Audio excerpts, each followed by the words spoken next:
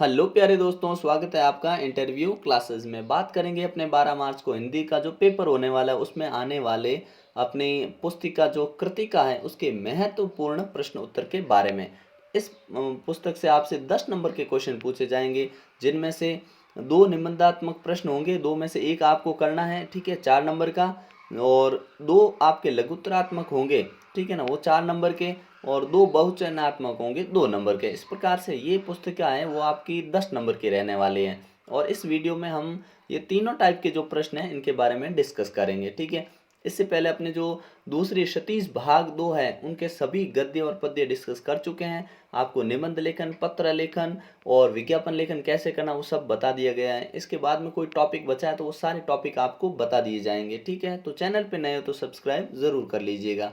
चलिए, पहले इसके 3 पार्ट है अपने, कौन कौन से। एक तो है माता का आंचल, शिव पूजन सहाय द्वारा लिखा गया। दूसरा है साना साना हाथ जोड़ी, मधु कांकरिया, और मैं क्यों लिखता हूँ अज्ञेय, ठीक है। इन तीनों के ही प्रश्न उत्तर पढ़ने, जिसमें एमसीक्यूज यानी बहुवैकल्पिक प्रश्न, ठीक है, 2 नंबर वाले 2 क्वेश्चन और एक 4 नंबर वाला प्रश्न हमें तैयार करना है, ठीक है। चलिए देखते हैं, सभी प्रश्नों के बारे में डिस्कस करते हैं, ठीक है। पहला प्रश्न है अपना, माता का आंचल नामक कहानी के लेखक कौन है, ठीक है। तो याद रखना कौन है, शिव पूजन सहाय, ऑप्शन हो जाएगा अपना बी करेक्ट, ठीक है। अगला प्रश्न है, लेखक का वास्तविक नाम था, अपने लेखक का वास्तविक नाम क्या था, तो तारकेश्वर नाथ, ठीक है ना, ऑप्शन ए करेक्ट हो जाएगा, ठीक है ना, तारकेश्वर नाथ। अगला प्रश्न है अपना, लेखक के पिता बचपन में उसे क्या कहकर पुकारते थे, तो भोलानाथ, ऑप्शन लिख देंगे बी, ठीक है ना, भोलानाथ। अगला प्रश्न है, लेखक गली में कौन सा खिलौना लेकर जाते थे, लेखक गली में जो खिलौना लेकर जाते थे वो कौन सा था, तो काठ का घोड़ा, ठीक है ना। कार बैलगाड़ी आती नहीं, काठ का घोड़ा याद रखना, लकड़ी का घोड़ा, ठीक है। अगला पांचवा प्रश्न अपना, भोलानाथ को सबसे अच्छा क्या लगता था, भोजन खाना, पढ़ना, खेलना या सोना। तो सबसे बढ़िया क्या लगता था उनको, खेलना, ऑप्शन सी टिक कर देंगे। फिर अगला प्रश्न है अपना, साना साना हाथ जोड़ी नामक पाठ के रचयिता का नाम क्या है, ठीक है, महादेवी वर्मा, मधु कांकरिया, कमलेश्वर या शिव पूजन सहाय। तो हम क्या कहेंगे, मधु कांकरिया, ऑप्शन बी टिक कर देंगे, ठीक है। अगला प्रश्न है अपना, गंगटोक शहर किस राज्य की राजधानी है, तो ये अपने किसकी है, अपने सिक्किम की राजधानी है, ठीक है ना, सिक्किम की, ठीक है। अगला प्रश्न है, लेखिका ने गंगटोक को किन लोगों का शहर बताया है, तो ये बताया कि मेहनतकश बादशाहों का शहर है। ये किसका है, मेहनतकश बादशाहों का शहर बताया है लेखिका ने, ठीक है। अगला प्रश्न अपना, साना साना हाथ जोड़ी प्रार्थना लेखिका ने किस देश की युवती से सीखी थी, मतलब कौन सी देश की युवती से ये प्रार्थना सीखी थी, तो हम कहेंगे ये सीखी थी अपने श्रीलंका या नेपाल या बर्मा। तो सही ऑप्शन क्या हो जाएगा, अपने नेपाल, ऑप्शन सी करेक्ट हो जाएगा, ठीक है। नेपाल की युवती से ये सीखी थी, ठीक है। अगला प्रश्न है, जीते नार्गे के जीप में किसकी तस्वीर लगी हुई थी, तो दलाई लामा की तस्वीर लगी हुई थी, ठीक है ना, किसकी, दलाई लामा की, ठीक है। अगला प्रश्न है कि कवि लॉन्ग स्टॉक नामक स्थान पर कौन सी हिंदी फिल्म की शूटिंग हुई थी, तो ये जो जगह यहाँ पे कौन सी हिंदी फिल्म की शूटिंग हुई थी, तो आंसर लिखेंगे गाइड फिल्म, ठीक है ना। फिर है, मशगूल शब्द का अर्थ क्या होता है, मशगूल, तो मशगूल का मतलब होता है व्यस्त होना, ठीक है, व्यस्त रहना, ऑप्शन कर देंगे बी, ठीक है। अगला प्रश्न है अपने लिए कि सिलीगुड़ी के पास लेखिका को कौन सी नदी दिखाई देती है, तो नदी कौन सी दिखाई देती है, तिस्ता नदी, ठीक है। सिलीगुड़ी के पास कौन सी नदी है, तिस्ता नदी, ठीक है। अगला प्रश्न है, लेखिका ने किस जंगल में पत्ते तलाशती हुई युवतियां देखी थी, कौन से में, तो पलामू में, ठीक है ना, पलामू, ऑप्शन ए टिक कर देंगे, पलामू, ठीक है। अगला प्रश्न है अपना, प्रकृति के विराट रूप को देखकर लेखिका को क्या प्रेरणा मिलती है, तो लेखिका को प्रेरणा मिलती है सदा काम करने में लगा रहना, या सदा मुस्कुराते रहना चाहिए, या चिंता नहीं करनी चाहिए, या लक्ष्य को प्राप्त करना चाहिए। तो कौन सी प्रेरणा मिलती है कि सदा मुस्कुराते रहना चाहिए, ऑप्शन बी करेक्ट हो जाएगा। अगला प्रश्न देखते हैं 16वां, हिरोशिमा नगर किस देश में स्थित है, कौन से देश में स्थित है, तो हिरोशिमा नागासाकी जहाँ पे परमाणु विस्फोट हुआ था वो कहाँ है, अपने जापान में है, ठीक है ना, जापान, ऑप्शन करेक्ट हो जाएगा, ठीक है। अगला प्रश्न देखते हैं, लेखक के पिता पूजा पाठ करने के बाद क्या करने लगते थे? तो आंसर लिखेंगे, लेखक के पिता पूजा पाठ करने के बाद राम नाम 1000 बार लिखकर पोथी में बांध कर रख देते थे और कुछ आटे की गोलियां बनाते थे। ठीक है ना। अगला प्रश्न है कि आटे की जो ये गोलियां बनाते थे इनसे क्या करते थे? तो ये आटे की बनी गोलियों को गंगा तट पर ले जाते हैं और उन गोलियों को एक एक करके मछलियों को खिला देते थे। ठीक है ना। ये उनका कार्य होता था मछलियों को खिलाने का। ठीक है। फिर अगला, भोलानाथ और उनके साथियों के खेल और खेल सामग्री किस प्रकार भिन्न थे? तो आंसर लिखेंगे, भोलानाथ और उनके साथी मिठाई की दुकान, रसोई बनाना, घरौंदा बनाना, खेती करना, ठीक है, पेड़ की डालियों पर झूला झूलना, कुश्ती लड़ना आदि खेल खेला करते थे। ठीक है ना। अगला प्रश्न है अपना, माता का आंचल पाठ से बाल स्वभाव की किस विशेषता का पता चलता है? ममता का या माता का अंचल से अंचल। ठीक है ना। तो किस स्वभाव से का पता चलता है, कौन सी विशेषता? तो लिखेंगे, बालक किसी भी सुख दुख को अपने मन में नहीं रखते हैं। ठीक है। वे अपनी प्रसन्नता को हंसी के माध्यम से और दुख को रो चिल्लाकर प्रकट कर देते हैं। इस विशेषता के बारे में पता लगता है। ठीक है। माता के अंचल पाठ के आधार पर। ठीक है। अगला प्रश्न है, सांप के निकलने पर लेखक ने क्या कल्पना की? तो लेखक ने कल्पना की कि मानो गणेश जी के वाहन चूहे की रक्षा करने के लिए शिव जी का सांप बिल में से निकल आया हो, ऐसा अपने लेखक ने कल्पना की। ठीक है। अगला प्रश्न है, सांप से डरकर भागने पर बच्चों को क्या परिणाम भुगतने पड़े? तो सांप से डरकर वो बेतहाशा भागने लगे इधर उधर। ठीक है ना। परिणाम ये हुआ कि सब गिरते हैं, पड़ते हैं, भय के मारे जोर जोर से तेजी से भागने लगते हैं, जिसके कारण उनके शरीर लहूलुहान हो जाता है और कांटों से पैर वो छलनी हो जाते हैं। ठीक है ना।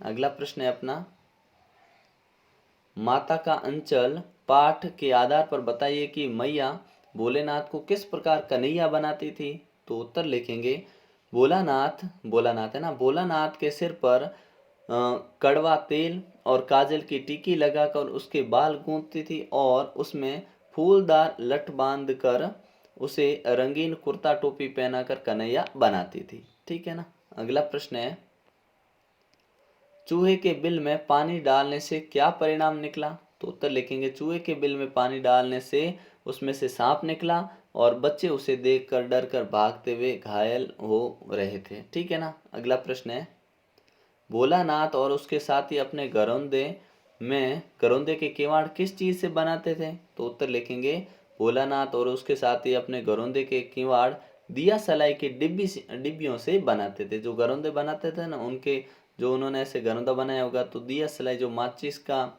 होता है ना ढक्कन, उससे बनाते थे वो। ठीक है। अगला प्रश्न है, वर्षा जल से बचने के लिए बच्चों ने क्या किया? तो उन्होंने बच्चों ने पेड़ों से चिपक कर जड़ में बैठ गए, पेड़ों से चिपक गए और जड़ के पास जाके बैठ गए। ठीक है, बारिश से बचने के लिए। माँ का अंचल पाठ किस शैली में रचा गया है? तो ये जो पाठ है वो आत्मकथात्मक शैली में रचा गया है। ठीक है ना। अगला प्रश्न है अपना, माता का अंचल नामक पाठ में बच्चे मिलकर क्या क्या तमाशा करने लग जाते थे? तो बच्चे क्या तमाशे करते थे? देखिए, बच्चे आपस में मिलकर तरह तरह के तमाशे करने लग जाते थे। वे कभी नाटक करते, तब चबूतरे का कोना नाटक घर हो जाता। ठीक है, बाबूजी की चौकी रंगमंच उनकी बन जाती। उसी समय सरकंडे के खंभों पर कागज का चंदोवा तान कर मिठाई की दुकान लगाई जाती। उसमें चिलम के खोंचे पर कपड़े के थालों में ढेले के लड्डू और पत्तों की पूरी कचौरियाँ और गीली मिट्टी के जलेबियाँ और फूटे गढ़ों के टुकड़ों से पतासे बनाए जाते और मिठाइयाँ सजाई जाती और उनमें बच्चे ही दुकानदार होते हैं और बच्चे ही खरीदार बनने का नाटक करते थे। ठीक है ना। इस प्रकार के वो तमाशे करते थे बच्चे। अगला प्रश्न है अपना, लेखक के पिता उनके साथ किस प्रकार से स्नेहिल व्यवहार करते थे? तो लेखक के पिता क्या करते थे? पुत्र के प्रति स्वाभाविक लगाव था। ठीक है ना। वे अपने पास सुलाते, नहलाते, धुलाते और पूजा में अपने साथ बिठाते। मस्तक पर त्रिपुंड और भभूत लगाते थे। ठीक है ना। ये भी सवाल पूछा जाता है, मस्तक पे क्या लगाते थे? तो त्रिपुंड और भभूत लगाते थे। ठीक है ना। वे बालक के कंधों पर बिठाकर गंगा जी ले जाते, लौटते समय डालों पर बिठाकर झूला झूलाते और उसके गालों पर दाढ़ी मुंह चुम्मा लेकर उसे लाड़ प्यार करते थे, ठीक है। उसकी नाराजगी को देखकर झूठ मूठ कर रोने लगते थे, ठीक है। उसके साथ बैठकर खाना खिलाते और उसके खेलों में भी भाग लेते थे। इस प्रकार पिताजी जो है उसके साथ स्नेह व्यवहार करते थे, ठीक है ना। अगला प्रश्न है अपना, गंतव्य के प्राकृतिक सौंदर्य में कौन से दृश्य लेखिका को झकझोर गए? तो कौन से दृश्य झकझोर गए? तो लिखेंगे गंतव्य का रात्रि और प्रातः काल का प्राकृतिक सौंदर्य दृश्य जो है वो लेखिका को झकझोर गया, ठीक है ना। उससे उसे अतीव आनंद और अतीन्द्रिय आनंद मिल रहा था, ठीक है। तो कौन सा दृश्य था?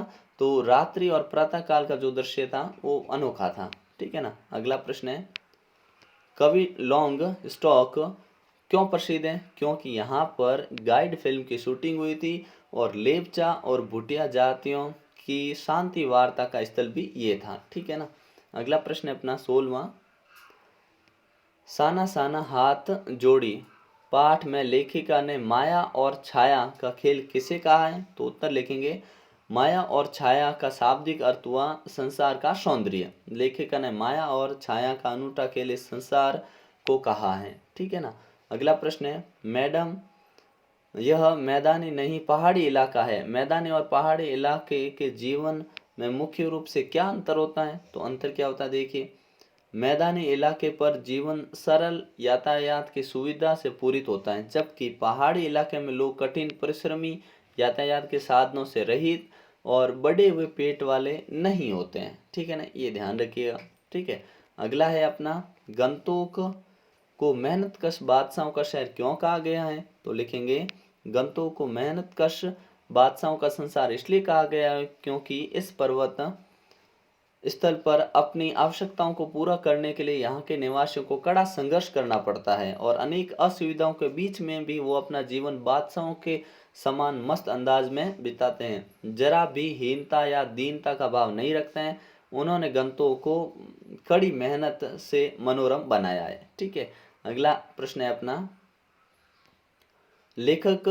लेखक को हिरोशिमा पर कविता लिखने की प्रेरणा कहाँ से मिली? तो लेखक को हिरोशिमा की यात्रा के समय एक पत्थर पर उभरी मानव की छाया से कविता लिखने की प्रेरणा मिली, ठीक है ना। अगला प्रश्न है अपना, लेखक ने जापान में जाकर क्या देखा था? उसे देखकर लेखक के मन में क्या भाव जागे?